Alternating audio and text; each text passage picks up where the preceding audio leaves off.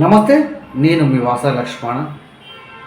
నిజమైన పద్మశాలి బిడ్డలందరూ కూడా ఈ వీడియో చూడాలి, షేర్ చేయాలి. మీరు కూడా మీ అభిప్రాయం తెలియజేయాలి. ఇంకా మేము చెప్పేది తప్ప ఒప్ప మీకు కూడా మాకు కూడా తెలుస్తుంది కదా. ఇట్లా వాస్తవానికి ఈ విషయంతో ఈ వ్యక్తి పేరుతోని ఇట్లా వీడియో పెట్టడం నాకు ఇష్టం లేదు. ఎందుకంటే కనుమరుగైండు. ఆ నాయకుడు అంటే ఒకడు ఉన్నాడన్న విషయం పద్మశాలి సమాజానికి తెలియదు. కానీ ఇప్పుడు మనం చెప్పడం వల్ల తెర మీదకి వస్తాడు. దీని విషయంలో కొద్దిగా నాకు ఇష్టం లేదు, కానీ తప్పనిసరి వస్తున్నా. అదే కాకుండా మిట్లారా, ఈ మధ్యలో చాలామంది నాకు ఫోన్ చేశారు. ఏందన్నా ఎప్పుడు ఆ ఎమ్మెల్యేని తిరుగుతావు, ఈ మంత్రిని తిరుగుతావు, ముఖ్యమంత్రి తిరుగుతావు, నీ పద్మశాలి సమాజానికి నష్టం జరిగినట్టు వల్ల మరి నీవు ఎందుకు మర్చిపోతున్నావు? అంటే నీవు అంత ప్రేమ కానీ మందిని మాత్రం తిడుతావా నువ్వు? అది కూడా వాస్తవమే కదా.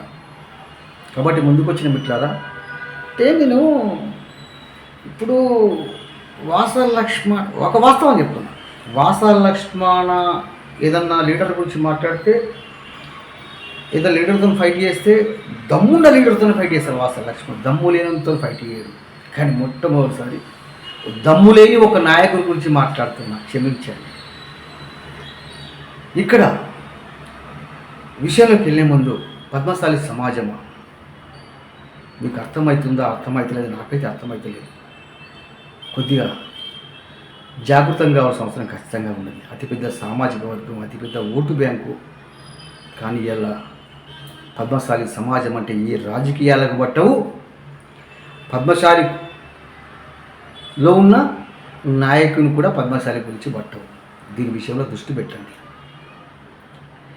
ఇక్కడ చింత ప్రభాకర్ అన్న గారు క్షమించాలన్నా, నేను ఇప్పటికిప్పుడు ఇట్లా వీడియో ముందుకు రావాలనుకోలేదు, కానీ తప్పనిసరి పరిస్థితిలో వస్తున్నా.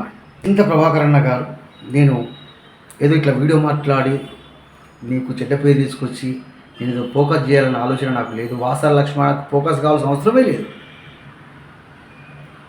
ఇలా వాసా లక్ష్మణ యావత్తు పద్మశాలి గొంతుక, యావత్తు పద్మశాలి గుండెలో ఉన్నాడు.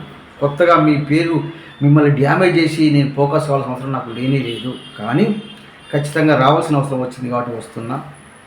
చింత ప్రభాకర్ అన్న గారు, మీరు గెలిచిన తర్వాత తొలి అసెంబ్లీ సమావేశాల కన్నా ముందు రోజు నుంచి మీకు ఫోన్ చేస్తున్నాను. మరి వాసా లక్ష్మణ్ ఎందుకు ఫోన్ చేస్తాడు? ఏంటిది కథ? మరి వాసా లక్ష్మణ్ అనవసరంగా ఫోన్ చేయడు అని ఒక్కసారి కూడా ఆలోచించలేదు. ఎందుకు ఫోన్ చేసినాం? మేము అసెంబ్లీ సమావేశాలలో పద్మశాలి సమస్యల గురించి ప్రస్తావన తీసుకురావాలని ఫోన్ చేసినాం. అది అయిపోయింది. ఎన్నిసార్లు ఫోన్ చేసినా నేను బీజీ ఉన్నా, నేను గాడున్నా, నేను గీడున్నా, ఒక వారం అయితే స్థిరమవుతా. ఇంకొక విషయం ఏంటంటే మిత్రులు, ఇంకొక విషయం చెప్పాలి. ఈ కొద్దిమంది పద్మశాలి నాయకులకు, కొద్దిమంది పద్మశాలి నాయకులకు వాసా లక్ష్మణ ఫోన్ చేస్తే భయం పడతారు. ఎందుకంటే ఎక్కడ వాసా లక్ష్మణ పద్మశాలి ఉద్యమ వ్యవస్థ కోసం డబ్బులు అడుగుతాడు అనే భయం. వాసా లక్ష్మణ నిజమైన పద్మశాలి బిడ్డలను అడుగుతాడు, అందరిని అడగడు వాసా లక్ష్మణ. అర్థమైందా? ఇప్పుడు చింత ప్రభాకర్ గారు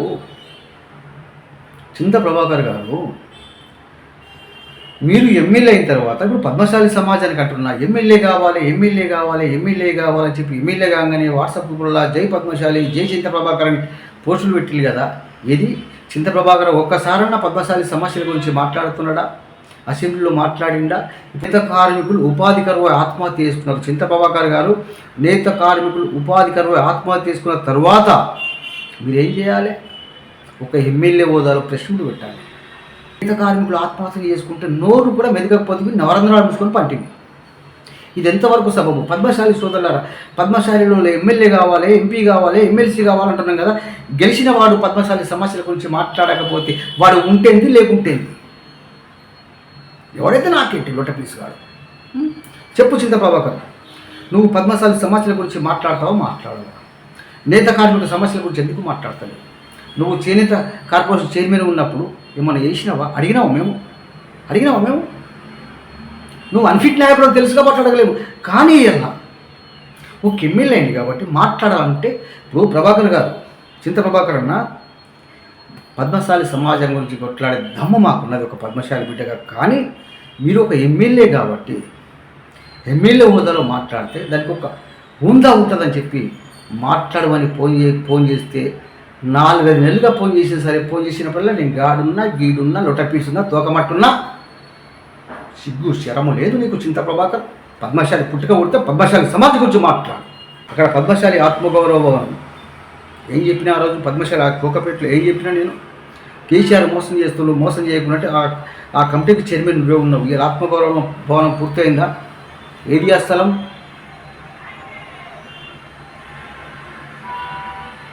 ఇప్పుడు ఎందుకు మాట్లాడుతున్నాడు చింతప్రభాకర్ గారు?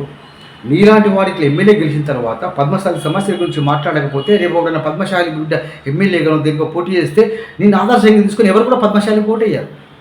నీలాంటి వాడి వల్లనే పద్మశాలిలో ఓట్లేస్తలేరు. ప్రభాకర్ నేను వీడియో ముగించే ముందు చెప్తున్నా, మీరు కేసు పెడితే పెట్టుకుని చింతప్రభాకర్ అనే క్యాండిడేట్ 100% పద్మశాలిల ద్రోహి కాకపోతే అసెంబ్లీలో పద్మశాలి గురించి మాట్లాడు. మనిషివా కాదు. పద్మశాలిల బతుకులు ఏమైపోతున్నాయి? నేత కార్మికులు ఆత్మహత్య చేస్తున్నారు, వాళ్ళ కుటుంబాలు రోడ్డు మీద పట్టే, వాళ్ళ పిల్లలు అనాథలైనరు, అయినా సరే నోరు మెప్పుతలేవు, మాట్లాడతలేవు అంటే నువ్వు ఉండేందుకు లేకుంటే ఎందుకు పద్మశాలి సమాజంలో? జాగో పద్మశాలి సమాజమా? నాకు ఇట్లా మాట్లాడడం ఇష్టం లేదు. ఈ చింతప్రభాకర్ అనే క్యాండిడేట్ నా దృష్టిలో దమ్మున్నోడు కాదు. వాసలక్ష్మి మాట్లాడుతూ దమ్మున్నోడుతో మాట్లాడతారు.